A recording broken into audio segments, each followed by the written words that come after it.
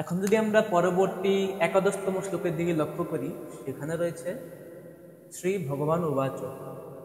তিনি বলেছেন, অশোচ্যানন্বশোচস্ত্বম প্রজ্ঞাবাদাংশ্চ ভাষসে গতাসু ন গতাসুংশ্চ নানুশোচন্তি পণ্ডিতাঃ।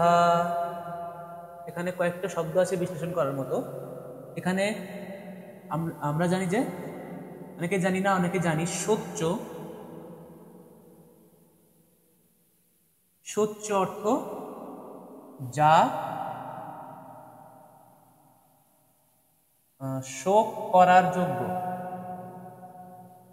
হ্যাঁ, যা শোক করার যোগ্য বা যে বিষয় নিয়ে যে বিষয়টি শোক করা যায়, যে বিষয় নিয়ে সে, তাকে বলা হয় সত্য। কিন্তু এখানে একটা স্বরে অ আছে, অর্থাৎ মানে কি অসত্য। যা যদি অ থাকে, যা শোক করার যোগ্য না। বুঝতে পেরেছি? এখানে সত্য অর্থাৎ যা শোক করার যোগ্য, আর যদি অসত্য হয় তাহলে যা শোক করার যোগ্য নয়। তারপরে অসচ্য নন বা শোচাস্তম, তাহলে শোচ মানে কি শোক করার যোগ্য, মানে কি অসচ্য বিষয় নিয়ে তুমি শোক করছো, মানে যে বিষয় নিয়ে শোক করা উচিত নয় তুমি সেটা নিয়ে শোক করছো। শ্রী ভগবান বলছেন অর্জুনকে, প্রজ্ঞাবাদাংশ্চ ভাষসে।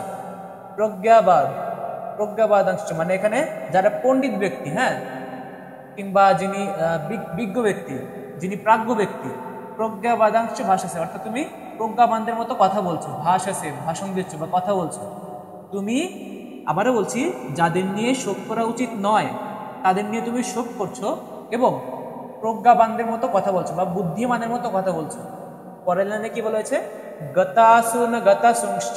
এখানে বড় একটা শব্দ আছে, একটা আছে গত আসুন, গতা আসুংশ্চ। আচ্ছা, এখানে গতাসুন গতাসুংশ্চ, গতাসুন গত যোগ অসুন। পরে আছে কি গতাসুন গতাসুন, একই কথা দুইবার বলা হয় নাই। প্রথমবার বলা হয়েছে গতাসুন, তার পরের বার বলা হয়েছে অগতাসুন।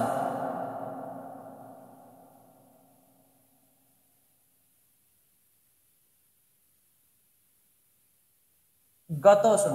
এখন আমরা জেনে থাকবো যে অসুন শব্দের অর্থ হলো আত্মা, সোল বা জীবাত্মা। তাহলে গত অসুন মানে কি? যে যে আত্মা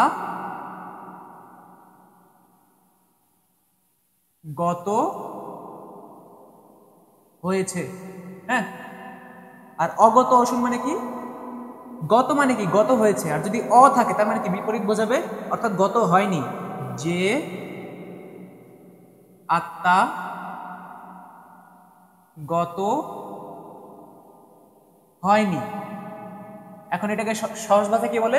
যে আত্মা গত হয়েছে, অর্থাৎ যে আত্মাটা আগে দেহে ছিল, অর্থাৎ যে জীবাত্মা আগে দেহে ছিল কিন্তু এখন কি গত হয়ে গেছে বা চলে গেছে, তাকে বলা হয় মৃত, সিম্পলি। আর এটা কি হবে? যে আত্মা গত হয়নি, অর্থাৎ যে জীবাত্মা দেহের ভিতরে আছে তাকে বলা হয় জীবিত। অর্থাৎ গতাসুংশ্চ, অর্থাৎ যে মৃত কিংবা জীবিত। নানু শোচন্তি পণ্ডিতাঃ, এটা কি শোচ শব্দ অর্থ কি? শোক, হ্যাঁ, শোচ অর্থাৎ শোক।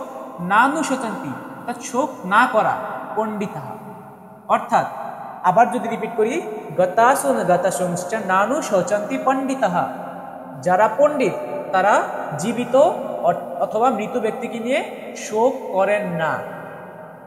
আই রিপিট, অসচ্চনন বা শোচস্তন প্রজ্ঞাবাদাংশ্চ ভাষসে, অর্থাৎ যা নিয়ে শোক করা উচিত নয় তুমি তাই নিয়ে শোক করছো, অথচ বুদ্ধিমানের মতো কথা বলছো।